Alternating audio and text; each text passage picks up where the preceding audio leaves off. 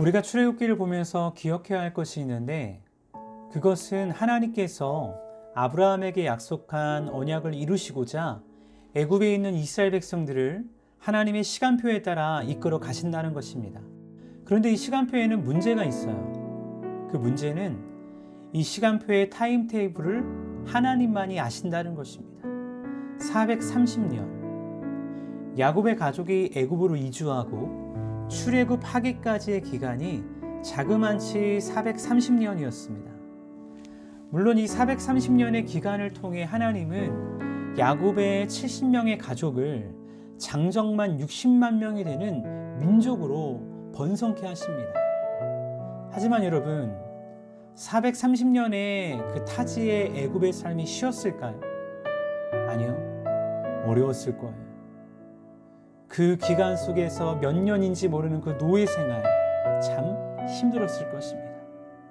앞서 하나님의 시간표에 따라 하나님이 일하신다라고 했는데, 막말로 그 시간표는 하나님이 아시는 것이지 우리는 모르잖아요. 그래서 이스라엘 백성들은 점점 하나님을 잃어가고 있었고, 그런 이스라엘 백성들에게 하나님 말씀하시는 것입니다.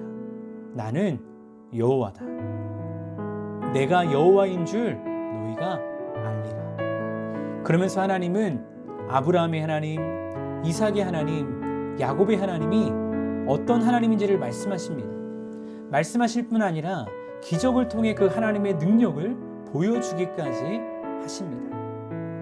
그 기적을 통해 하나님 말씀하시는 거예요. 나는 여호와다. 여러분, 우리가 어떤 존재에 대한 확신을 가질 때는요, 그 존재로 인한 든든함과 만족함을 경험하게 됩니다. 예를 들어 어린아이들이 엄마나 아빠라는 존재에 대한 확신을 가질 때 어떨까요?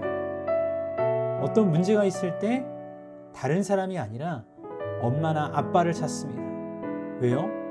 엄마나 아빠가 이 문제를 해결할 수 있다는 믿음이 있기 때문입니다. 어린아이는 순수합니다. 어린아이는 단순합니다. 그렇게 어린아이는 다른 것을 바라보지 않습니다. 나를 지켜줄 수 있는 부모를 바라보고 부모를 의지합니다. 근데 여러분, 우리의 믿음이 이런 믿음이라면 얼마나 좋을까요? 오늘 출애굽기 말씀을 통해 하나님 말씀하시는 겁니다. 너희가 바라봐야 될 존재는 나다. 여호와 하나님이다. 그러할 때 너희가 살 수 있고 너희가 회복될 수 있고 너희가 진정한 언약 민족으로 세움받을 수 있다라는 것을 말씀하시는 것입니다.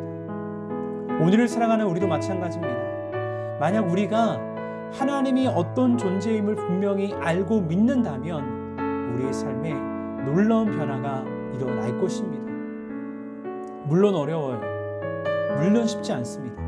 언제 끝날지 모르는 이 노예 생활, 이 타지 생활, 그 가운데 과연 하나님을 찾는다는 것이 쉬웠을까요? 근데 여러분 기억하십시오. 그럼에도 불구하고 하나님을 바라봐야 한다는 것입니다. 왜요?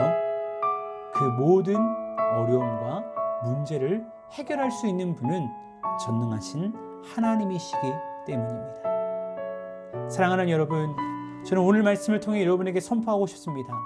하나님은 우리를 건지시는 하나님이십니다. 하나님은 우리를 기억하시는 하나님이십니다.